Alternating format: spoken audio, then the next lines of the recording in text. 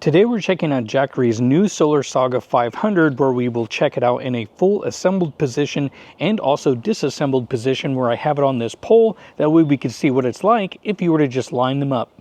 Okay, now I already did a quick review when I reviewed the Jackery 5000 unit, but I had both of these assembled like this, and it's just interesting to see what if we did it if we were doing like the fence or balcony type system. So that's what I did, is I ended up disassembling it, put them all together like that so we can see what the difference is.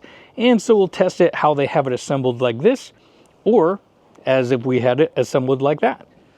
Now the thing is, when you assemble this, it doesn't allow it to lay flat. These brackets that are in between here, they only allow it to open up so much, and then it stops because of these little stoppers right here. So that's as far as it'll open.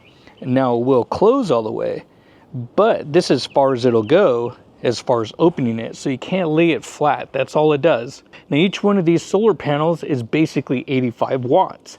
By the time you parallel each one of these together, this is going to give you the 500 watts, and it's also going to raise your amperage because each one of these is 85 watts at about 50 volts open circuit, but the amperage is only a little over 2. It's like 2.17 amps. So by the time you parallel all these together, you get about 13 amps out of this total. Now when you do purchase this, it will come with a case and also a cable. Now these are Anderson connectors, but they do make Anderson MC4 if you wanted to go that route. And each one of these basically just plugs into each other right here. As you can see, that little connector, and then it just does that all the way down until it connects all 6 together. Now these are bifacial solar panels, and basically it's like kind of a thin plastic. It's like a little sheet that goes over this. So we'll see how well this does. This is really thin though too, only about, I'd say, less than a 1/4 inch. If you look up here up top, and after this is sandwiched together, it's definitely a very thin film. I think if you were to let this fall down and hit like some rocks, it's not going to shatter it, but it will definitely dent it and crack these cells in here. I had this fall once, and so far so good. Nothing as far as damage goes, but even just handling this, like if you pick it up, even just the individual panels, you can flex this, and even it seems like you're shattering or cracking the cells in there.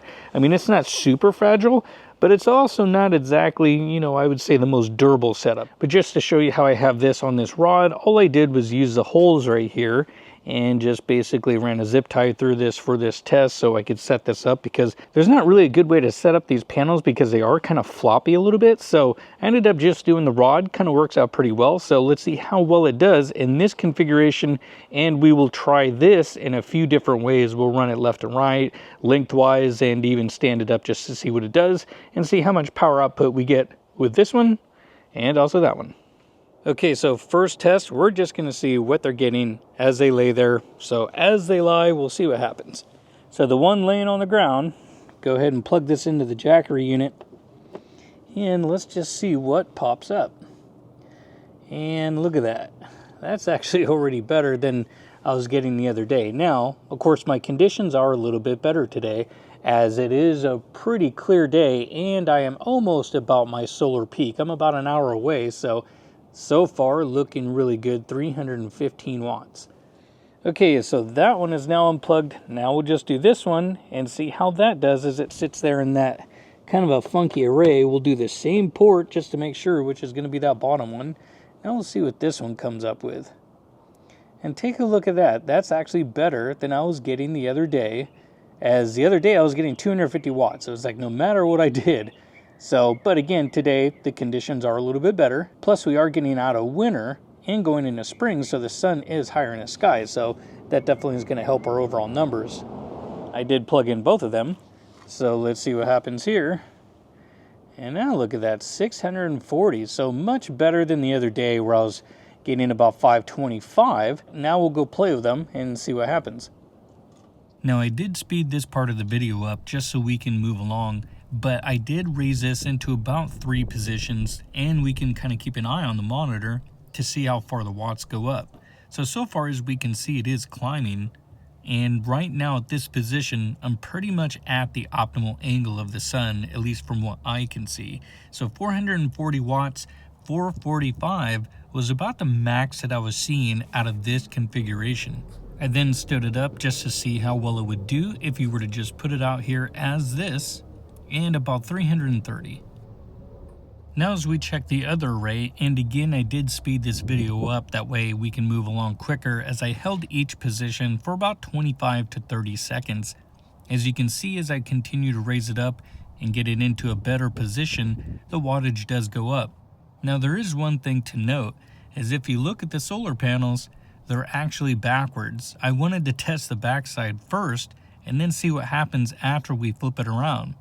So far the numbers are not that bad, at about 435 watts being pretty much the max that we see out of this configuration. And now as I turn this around, it doesn't take very long to see the wattage actually perform much better. We're already at 420, 430, and it continues to rise. As I start to lower this down, you can see the numbers now start getting very close to the max output this is rated for at 500 watts.